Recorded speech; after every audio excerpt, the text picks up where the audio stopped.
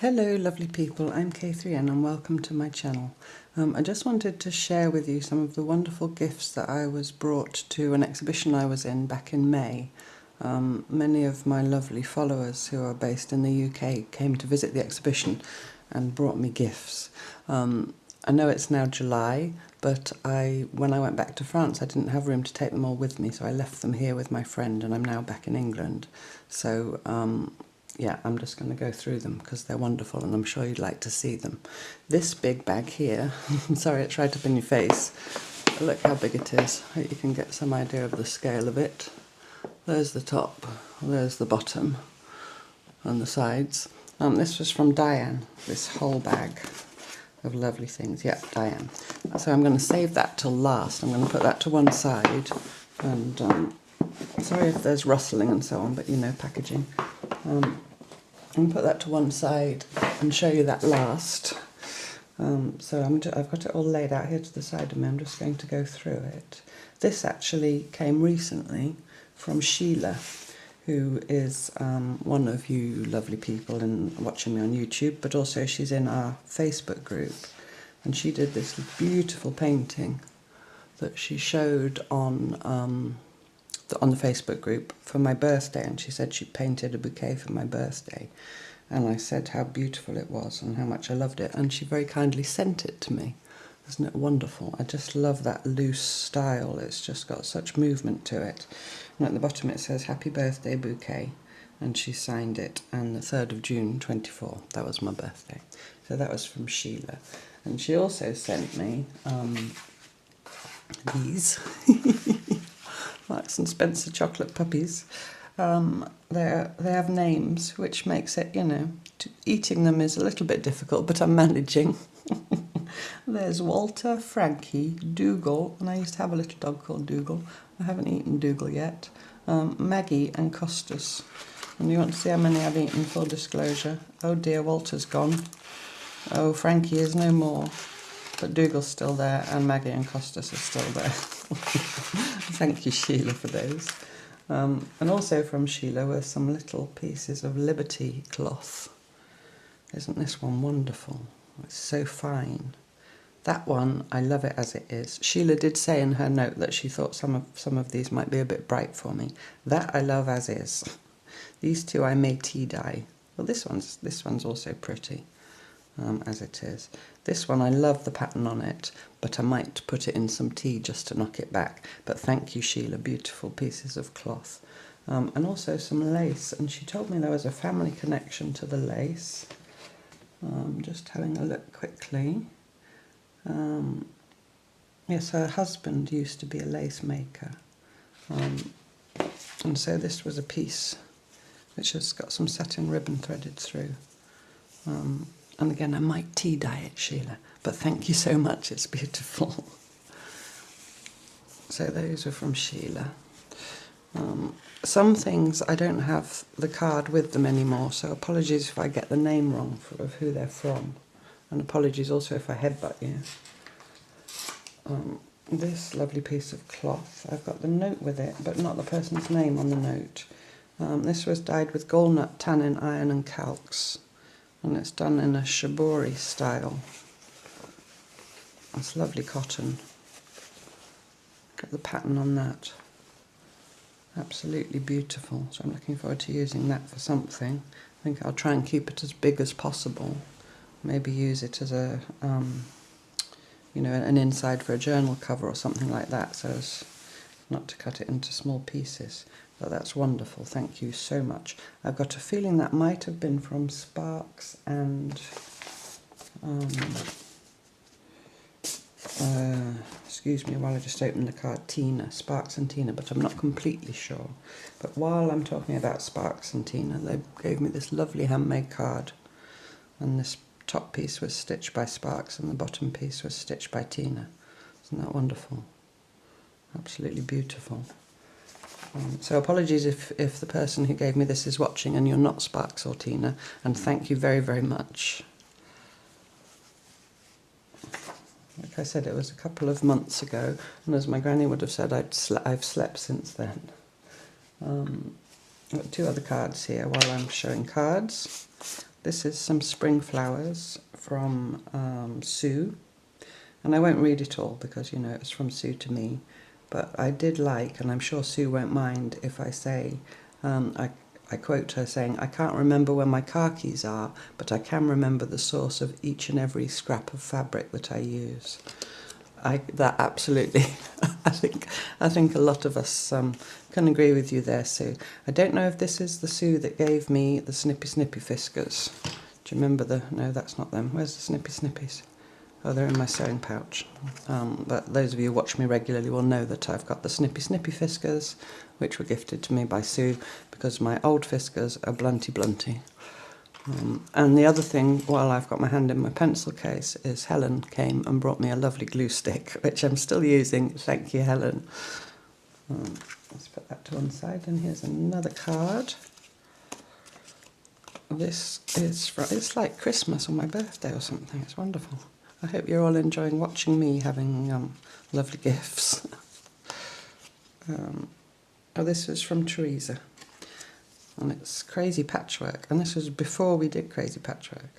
And this image is from a quilt that's in the American Museum in Bath, which is not very far away from where I am now, and not very far away from where the exhibition was. Absolutely wonderful. It's a crazy fan quilt. If you're following the Monday project, you'll remember we looked at fans when we did crazy patchwork. So that was from Forgotten. You see my brain. Teresa. The next thing up is, now this lady, I actually met her. She spun this fleece herself. It's from Cotswold sheep, and where the exhibition was is an area of England called the Cotswolds, and they're famous for their sheep. And she gave me a little bit of the raw fleece. Now, I don't know the terms, I'm not a spinner. But that's a little bit of, I think that is pretty much how it comes from the sheep, washed. Just washed, and then this maybe has been carded. If you're a spinner, you're probably shouting at me because I'm getting all the terms wrong, but it's beautifully soft. And then this precious little ball of yarn that she spun herself. Spinning is something I would love to do. So that's actually, it's a hank. And again, it's so soft, and I'm going to smell it because I have to smell things. And it just smells wonderful. I wish you could smell it. If I hold it up there and you sniff your screen, maybe you can. So thank you. I'm so sorry I don't remember your name. But I do remember that you were lovely and we had a nice chat. And thank you so much for that. And I hope you're watching. I'll put it back in its little bag. Next up is some buttons. Now I think, because I also went to a car boot sale, which is like a flea market in the UK. It's all private people mostly with second-hand things for sale. And I think this is all from there. I put a bowl here to put them in so that they don't, you know, so that it's easier to move them again afterwards. And I have a feeling I actually bought them, but it may be that somebody brought them for me, in which case, again, apologies. But there's some still on their cards. Vintage. Polyester buttons. Polyester buttons. They boil, they iron, and they dry clean. And I think that means you can boil, iron, and dry clean them. I don't think the buttons do those things. It would be great if you had buttons that would do the ironing for you. But I don't think that's what it means.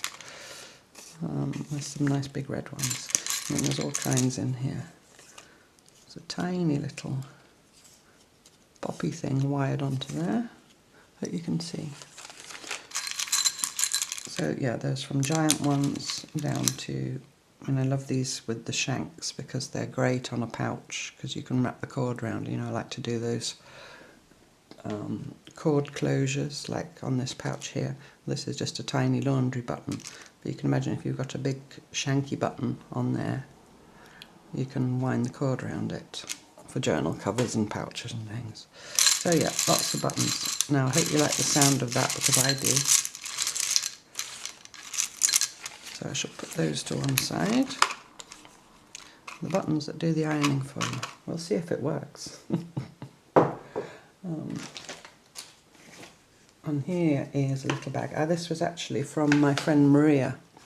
I put a little tour of an exhibition that she had a few months ago, and she brought me, or she gave me one of her prints, which I've got upstairs from that exhibition. It was the older leaves. If you remember watching that video and your memory's better than mine, you'll remember that I said that was one of my favourites, and she gave me a print of it. But also in here, that says a little thank you for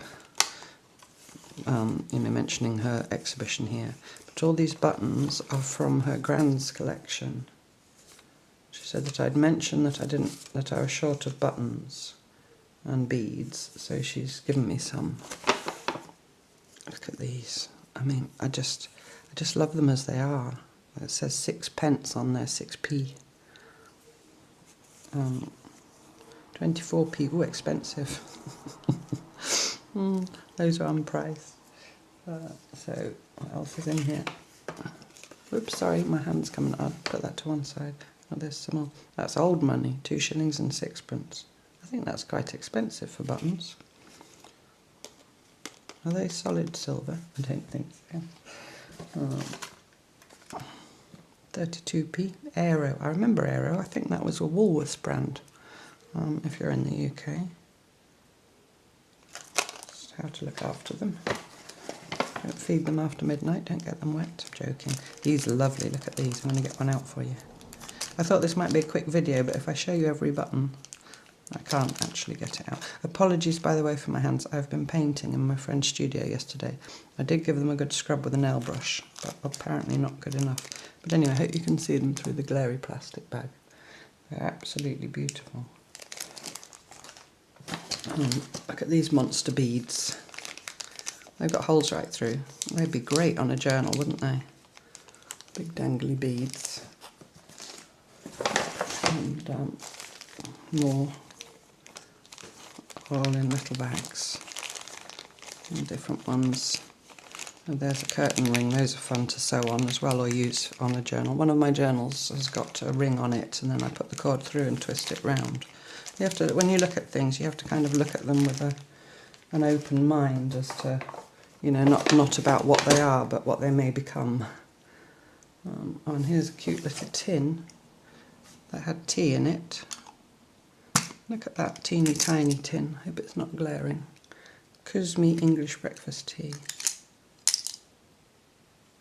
Black tea it was. Not tea in it now. It's now the perfect little bead tin. Now these, move that away so it doesn't shine at you. Are wonderful. Look at that. That's porcelain. Sorry for the painty hands. Look at the bead and not my hands. And look at this one. This has had string wrapped around it and glued on. And those are tiny little copper beads. And then a copper button. This is a wonderful, this is wood. It's a wooden bead. And the hole goes from corner to corner. So if you hung that on something, it would hang on point like that. And you could even, if you used that on a journal, because that's such a big face, I could stick something on there. I could even stitch a tiny little square and stick it on there. Wouldn't that be great? I might do that. Just thought of that now. There's another wooden bead. It's like a little flag with a star on it. That's another porcelain one. That's the same kind of porcelain but a different shape. They've got lovely big holes through. You could even get a twine through there if you made it fairly fine. You know, cloth twine. That's wonderful. That's like a little squashed barrel. Can you see? I hope they're not too glary. And more smaller porcelain ones. That's fabulous. And these are all wonderful, special beads. Also, they're all porcelain. You can hear them chanking. And there's some red ones. Oh, there, I'll show you those ones. Look at those. They've got 2 holes through. So you could, if you put that on a journal, you could come down and back up with your cord. You just make them hang in a slightly different way. That's another one like that. I think they're glass. I think there's some kind of glass. They might be jade even. Oh, I think they're jade. Sorry. Get distracted for hours by a bead. This is a sweet one. Let me put these back in carefully. so they don't make too much noise. It's tiny, but look at the colour of it. It's beautiful. And it's like a little buoy. I think across the pond you say buoy. You know, I don't mean a little boy like a small male person. I mean the things that you hang around boats and things. That's probably why you call it a buoy. That's much more sensible, because in British English we say boy. And then you say, oh look, there's a boy in the sea, and people might, you know, worry, but you know, stop wittering, Catherine. You know what I mean. Anyway, it's the shape of one of those things that you put around a boat. And it's made of glass, and it's lovely. So I shall put those gently back in there so as not to make too much noise. And now look the tin where they're safe and sound. And I know this in our Holland and Barrett bag. Holland and Barrett is a health food chain, and oh sorry, I shouldn't be advertising, should I? Anyway, that's what they're in. This is from Claire, who came to see me, and we got our wires crossed, and she came on the wrong day. So that was it. So I missed her. She came the day before I was actually there, so that was a real shame. Hello Claire, hopefully we'll catch up at one point. But she brought me these wondrous things. Look at these. They're from the British Thread Company in Leicester. Spools. You know what I love this one with the split in. And they've got paint on. They're just wonderful. That one's still got its label on both ends. There's more. But for stitch meditation scrolls, and the other thing is I like, well this is a Silco one, it's still got some thread left on it, but I like them when they've got this, I mean there you'd have to do a really narrow, sort of an inch wide scroll, but I like them when they've got that recess rather than, I haven't got a normal Silco to hand I don't think, but you know the normal Silcos or some Silcos are just, the wood goes straight across there and there's not much, so you wrap the scroll round and it very quickly gets fat. But these ones with the recess, I mean these are lovely. You can make sort of an 1.5 inch wide scroll and you can wind it round right up to there before it protrudes past the spool. I'm talking about stitch meditation scrolls. If you don't know what I'm talking, there's a video somewhere on my channel called Stitch Meditation Scrolls, if you don't know what I'm on about. This one is Dorcas thread, also from Leicester. But thank you so much Claire, and I'm so sorry we missed each other. I should put those all to one side. Plonk them on the table. And what's in here? Oh, this, I think these were also from the flea market. I'll just show you quickly. Look at this piece of lace. I think I paid 20p or something, and the lady looked at me a bit like, I don't know why I even brought that here. I couldn't imagine anyone wanting it. I don't even have to tea dye it. Look at it. I hope you can see it.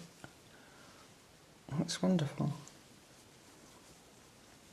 And it's a lovely size as well. I think I don't know what I'm going to do with it yet, but I can, if I did cut it in half, it would make a wonderful, you know, outer part for a journal cover. It's even torn here. She really gave me a look, like, because she had beautiful, beautiful lace and linens on her stall. And of course, me, being me, went for this one. There's another hole. So now, you know, it's found someone who appreciates it. I just think it's beautiful. And I'm sure many of you will agree with me as well, otherwise you probably wouldn't be watching me. And also in this rather rustly paper bag is another spool that I bought. These with this in, when they've got a metal or this kind of shape, are off a loom, a weaving loom. So that would have sat on something and carried the thread for a weaving loom. But that's just a different kind of spool. And in here, I'll just tip them out. I think I paid pennies for these. There was just a little stack of them. And they've still got some of the thread on, which I will use. So that's a J. Brook and Brothers, and it's got its labels. I always like them when they've got their labels intact. Oh, that's one like I was talking about. That's if it's got thread on. Oh no, it does recess. You can kind of poke the thread with your nail, and if it resists, then it's probably one of those, you know, that goes in. And that's the little coats and J&P coats. Little mini ones with its labels. When you start looking for them, you're happy to find anything made of wood. But then when you start realising that when you look, well, in Britain certainly, and in France I've found them, when you actually look for them, you can find them. You then start getting a bit picky about which ones you buy. And now, I think all of these, yes, all of these have got their complete labels. So now I'm picky because I have a few. I don't just buy them willy-nilly. Also if they're a different colour, or that one's short and wide, and I always do that with my nail. Yes, that's a recessed one. So yeah, so that's why I bought those, even though I have a few, just because they're in very, very good condition. They've nearly always got that poked through, you know, because somebody's put it on their sewing machine, but that's part of their story. I don't mind that. That one's poked through at one end and not the other. That's interesting. Maybe their sewing machine only had a short spike on it. I don't know. So those are those. So now that's all of the little things, and now I've got that great big bag to go through from the lovely Diane. So I won't put it back up here because it'll be too big. So I've got it on a chair next to me, and I'll just take the things out one at a time and show you them. But these are all from the bag from Diane. Now this, I've been looking for this for a long time. They're really hard to find these days because if you're a junk journaler, you'll know, or an art journaler, you know, a journal maker. And it's these copies of The Country Diary of an Edwardian Lady by Edith Holden, because they have got, if you don't know this book, the most wonderful illustrations in them, and her notes. And you may think it's a horrific thing to do, but journalers, you know, don't even like to say cut them up or tear them up or whatever to make them into journals. And probably what I would do if I did that was make a whole Edith Holden journal. So I'd remake the book. So I wouldn't view myself as destroying it. I would say that I was, you know, recreating it in another form. But I don't think I'm going to do that straight away, because just look at that green woodpecker. Isn't that wonderful? I think I just want to enjoy it as it is, and maybe I never will, because I do think they're becoming hard to find, because junk journalists just love them, and of course they do. I mean, why wouldn't you? Junk journalists and art journalists. But the thing is, if they are becoming hard to find, then I don't know. I haven't decided. We'll see. Nature Notes for 1906. And she's written a quote from Lord Byron in the front. To sit on rocks, to muse o'er flood and fell, to slowly trace the forest shady scene, where things that own not man's dominion dwell, and mortal foot hath ne'er or rarely been. To climb the trackless mountain all unseen, with the wild flock that never need a fold. Fold. Remember Monday? Alone o'er steeps and foaming falls to lean. This is not solitude, 'tis but to hold converse with nature's charms, and view her stores unrolled. It's wonderful. And she was from Warwickshire, which is in the middle of England. And if I take the dust jacket off, see the beautiful cover with the gold writing on the spine and the plain. Great. Thank you so much, Diane. Honestly, that is precious, precious treasure. And whether or not I remake it at one point, I don't know. But if I do, there's Edith on the back. If I do, obviously I will share that journey with you all. It's a bit glary. I should put it to one side. I'm in a right mess over here. It's like Christmas morning on this table over here. I'm going to have to sort it all out. This is a little needle book that Diane made for me, which is brilliant because I don't actually have a needle book. I have a needle cushion and I have pouches which I stick needles in, but this will be lovely to be able to organise my needles somewhat.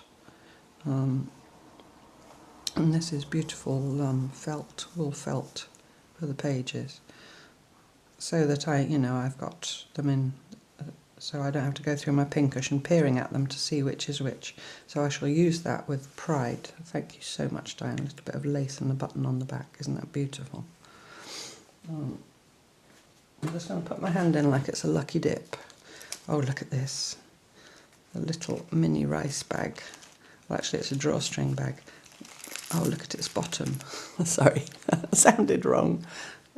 It's got a gathered base. Let's call it a base, Catherine, then you don't have to snigger. It's got a gathered base with a button on. Absolutely beautiful. And it's got gold coins. No, it's probably better than gold coins. I expect it's buttons or beads. Open it up. Oh, look. It's all kinds of treasure. Ooh, a hooky hook. Now that would be an excellent journal closure. If you stitch that onto a journal, and then you could make a loop on the end of a tie to go around the hook. Oh, that's fabulous. And you could even then make a little label to sit inside there and write journal or your name or whatever, you know. So it could be a dual purpose journal closure / journal label thingy. I don't know what you call them. There's a name for them. Book plate, but it wouldn't be a book plate exactly. Wonderful thing. I wonder what it was originally. I think it's just a hook. Maybe it just hung on something and then you hung something on it. And then here's lots of lovely buttons and beads. Look at those. Oh, and also in there are some of those, I think they're meant for knitters, but I do use them in knitting, but they're also good for journal making. Let me put those back in the bag. Have you seen all the beads and buttons? Look at that lovely big wooden one. And a little flower. And a metal one. I think it's copper. Yes, it's copper, that one. That's a fabulous one as well. Another nice big one. Well, I won't run out of buttons for a while. Oh, and that's a bead. Look at that. I think it's brass. Oh, and a cufflink. Those are wonderful. Looks like mother of pearl. So those are those. Yeah, the knitting thingies. Go in. If you don't know what they are, they come in plastic, but they also come in metal, and I think they're called light bulb stitch markers or something like that. Can you see? And it's basically like a safety pin, and it's got this rounded end, and you put it on your knitting needle to mark the space, or you thread it through a stitch you want to mark or whatever. It's like a safety pin, it opens up. But they're also great to use in your Slowstitch project. You could pin something to your work with one, you know, so you could make your work and then stitch an extra little piece or a precious scrap of cloth. Like in Monday's video, if you're following with the Monday project, where I used a vintage safety, it was a safety pin, it was straight, but I pinned a little piece of my auntie's pillowcase to my piece that I'd stitched, so you can use them for that, and obviously also in journaling they're great as well. So again, it's thinking outside the box when you see things. You don't have to use things for the purpose they were designed for. You have to look at things and think, what could I use that for? Right, what's next in this bag? Oh, this is a lovely piece of cloth. I think it's silk. Feels like silk. Look at that, beautiful. This blue is wonderful on the edge. See, that little piece there would be wonderful on the edge of a journal, or on the spine of a book. On the spine of a journal, sorry. Beautiful, beautiful. And there's some paisley shapes that we talked about in Mandala Week. And there's a long strip of that. Oh, that's gorgeous. Gorgeousness. And this is all from Diane. I'll leave it just to the side there. Oh, here's a box. Oh, look, with sari silk ribbon around it. When us stitchers give gifts, often the packaging is as beautiful as the gift itself, because obviously Diane knows that I will use that sari silk ribbon. I mean, it did a job holding the box closed, but it's also part of the gift, and as is the box, by the way. I'll lay that on there. What's in here? Oh my goodness. Sorry, look at the thing that's in your hand and not at the next things. Oh, this is a piece of embroidery on, I think it's on, yeah, it's on linen. And look, with some pulled thread work around the edge. Isn't that wonderful? It's probably come out of a runner. I think you call them scarf, no, dresser scarves in the US, which is only a term I learned recently, and I think it's a wonderful term. Absolutely beautiful hand embroidery. I'm going to show you, have a look at the backstory. Look at the backstory. Absolutely wonderful. Let's put that to one side. Here is a tea bag. Has it got tea in it? Oh no, it's not tea. It's a tea bag with, oh, it's got something precious in it. Oh, look at that. Look at that. That's like a Dorset button. That's what that's called, I think, when you crochet around a ring. Is that a Dorset button? I've never actually made one. But then it's got these dangles on it.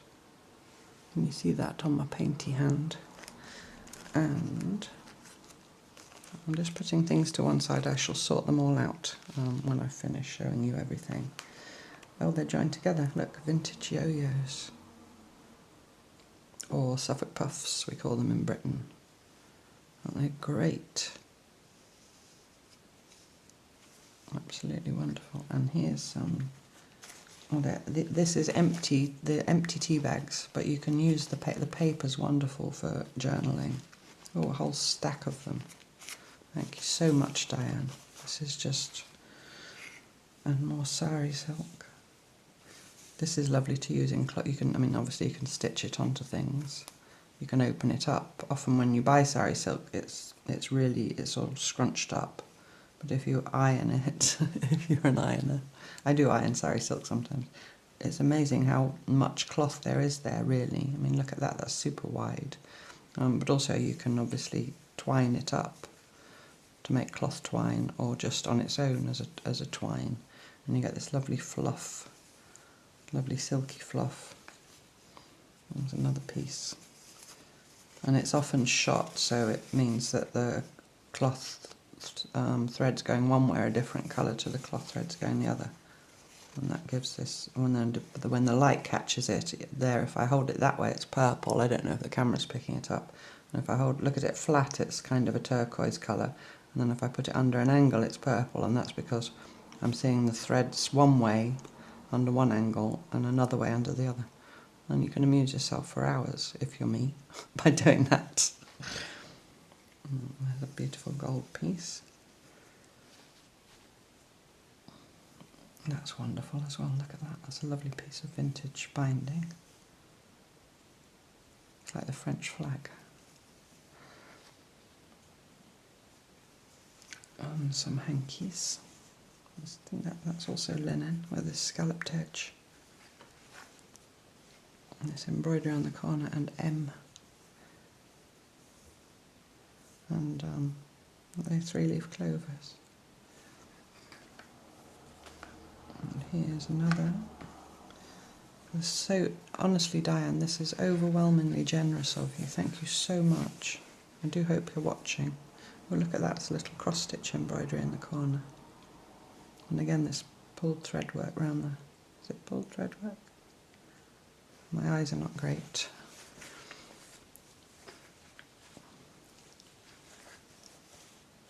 And another one. And it's just the thought as well that Diane sat there and put all this together for me. It just gives me such a wonderful feeling. Another little embroidery on the corner there. And the drawn thread work around the edge.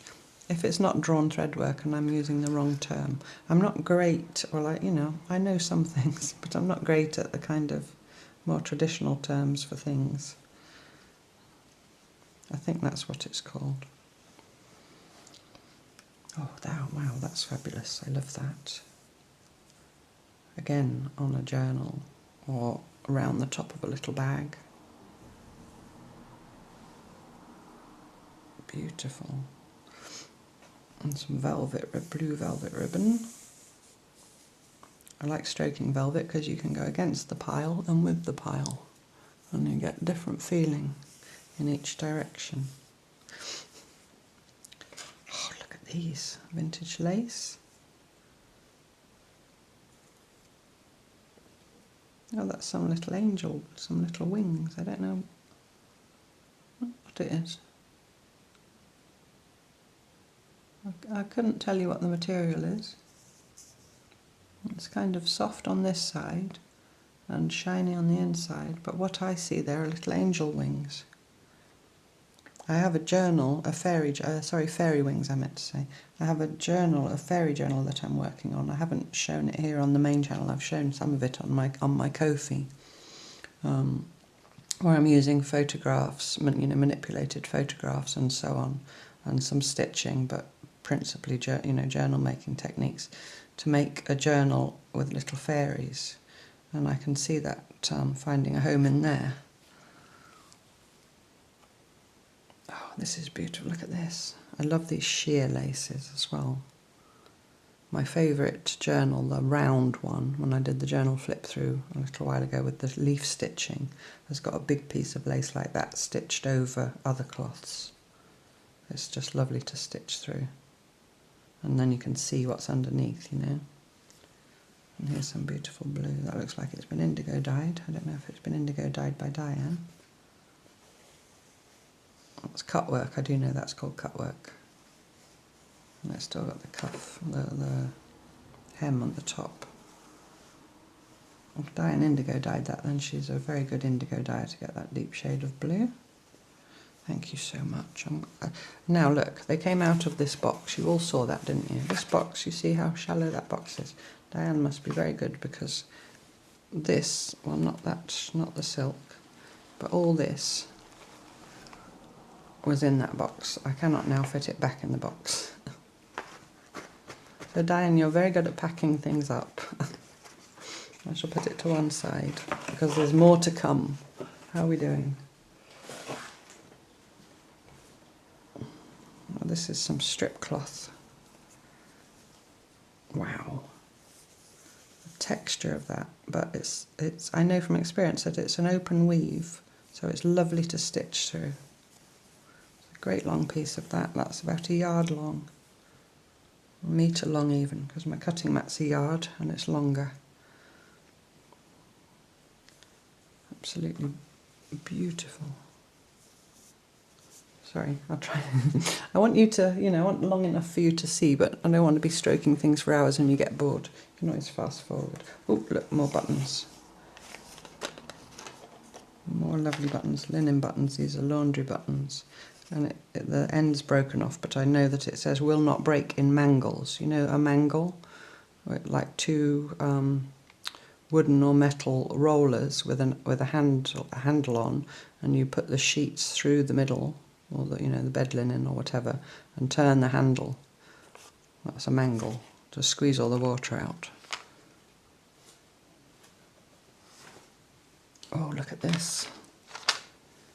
Now, she wrote me something about this, and I don't remember that she wrote a message about this. Yes, here we go. This is silk velvet that she digitally printed with photos that she'd taken of bluebell woods. And she says it's tricksy to work with. So this is silk velvet. And I'm pretty sure I'm going to make I'm not cutting this up, I'm going to make it into a cushion.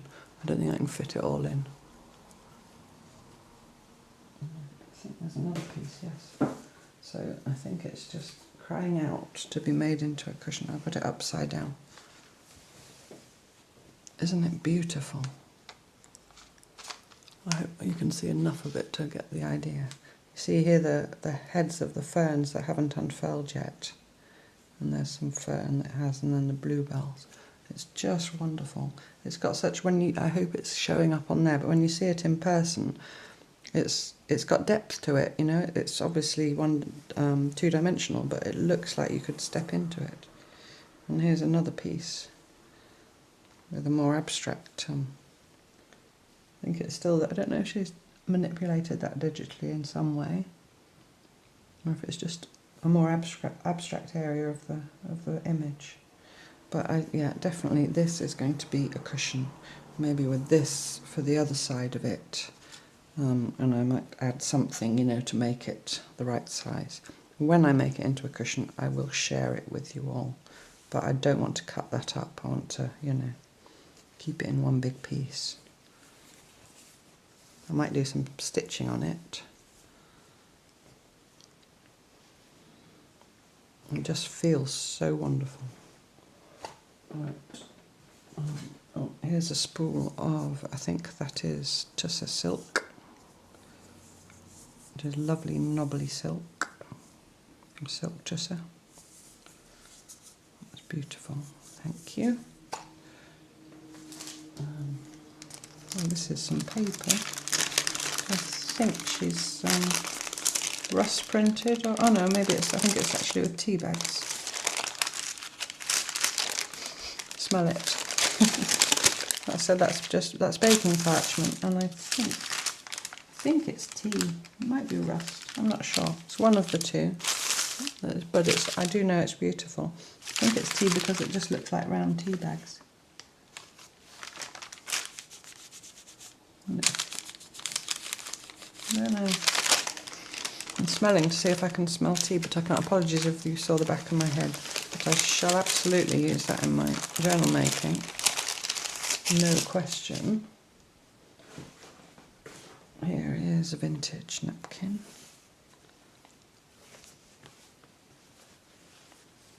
And also it's got that lovely open weave.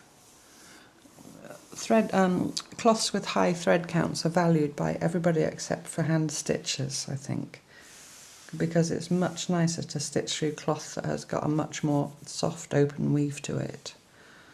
You know, when people talk about the best bedding to have, they always talk about thread count, and the aim is to have a high thread count because that's good quality bedding, but it's not nice to stitch through. And this is an antimacassar, I think, or it might be a tray cloth, but I think, you know, an antimacassar, my granny had them. They go over the back of chairs, and they're called antimacassars because macassar was a kind of hair oil that gentlemen put on their hair so they looked all slick and groovy. But then they'd sit on the chair or the sofa and lean back, and all the oil would get on the chair. So you put an antimacassar over, so all the hair oil went on here, and then you could obviously just wash it easily. Antimacassar. So whether that is one or not, that's what an antimacassar is. Right, I'm down at the bottom now. I've pulled out the last handful. This is cotton calico. Oh, there's lovely creases in, and we've just done folds on Monday. See, I use silk in Monday if you're following along Monday's project. But if you had something like this that was scrumpled up in this way, you could just take a piece of this and stitch the folds down as they are. And, you know, go with what's there, don't try and iron it into something that it's not, because it's really pleated. I don't know why it's so pleated. It must have come off something or been intended for something to be so pleated up like that. Diane, if you're watching, if you could tell me, or if anyone else recognises why this is like this. Is it from an underskirt or something? Anyway, I shall certainly use it, whatever it's from. And here is another piece. It's got a laundry mark on it, 293 with a little underline. Again with pulled thread work, I think. It's quite big. Oh, look at that. It's got little spider's webs in the corners, look. And again, it's linen. But you can get the impression of it. Absolutely gorgeous. And little spider's webs here as well, look at those. Apologies if you're an arachnophobe. Are arachnophobes also freaked out by the webs, or just the creatures themselves? And this has got a crocheted edge, I think. And it's enormous. And it's really good quality. Whether it's linen or cotton. It might even be the two together. But it's huge. I'll just show you a corner. Oh, look at the corners. Isn't that beautiful how it curves around the corner? Yeah, it's crocheted. I'm just looking at the edging because we made the boxes recently. It looks like they've made little holes. Yeah, they've made little holes and crocheted through the little holes. because I'd seen that done with fleece, making holes in the fleece, and I didn't like the look of it. But on this, because it's much sturdier and it's double, it's got the hem, that works fine. So I might have an experiment with doing that rather than making the stitching. If you don't know what I'm talking about, I do apologise. It was Fabric Fusion boxes. It was a Wonky Wednesday a couple of weeks ago, if you want to go and have a look for it. And I made some 4 panels plus a base with cloth, and then I crocheted them. I joined them together with crochet, but I put my crochet stitches through a back stitch that I'd done with a needle and cotton.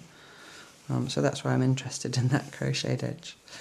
So I should tell you how big that is. That is about 42 inches square. So that's, I mean, I'm almost tempted to eco-print that or something as it is and use it as a cloth, as a tablecloth, because it's so beautiful. Or just keep it as it is, you know. One doesn't have to eco-print or tea dye everything, does one, Catherine? Catherine does, apparently. So I hope that is everything, you know. I mean, as if that's not. I'm just making sure I haven't missed anything. I think, oh, I did miss one thing. I can't remember if this was in the bag from Claire or in the bag from Diane, but look at this. Great big spool off a loom. Well, that is going to make, I mean, I've got this one here that I'm making my weathered scroll on, and it's, yeah, it's slightly bigger, I think. I mean, the spool's the same length, but these are thinner, so it will take a slightly wider scroll. So thank you so much. I mean, that's just, that on its own would have made my day, and I had all this other wonderful stuff as well. I also wanted to say thank you so much to the person who, again, whose name I can't remember, who very kindly printed me out a poster-size image of the photograph of the Friendship Star quilt way back when it was manipulated and, you know, turned into all our blocks were put together and turned into an image. And someone brought it to the exhibition for me. I'm so sorry, names sometimes. And it got taken home by one of my colleagues along with all the CQS things. And I don't have it yet, but she has it safe and sound. And when I see her, hopefully next week, I can retrieve it from her. So thank you so much for that as well. So I hope you enjoyed watching that. It went on a bit longer than I intended, but there was a lot, and I had to show you every button and every bead. Thank you so much for watching, and I look forward to you joining me next time for more cloth tales. Bye bye!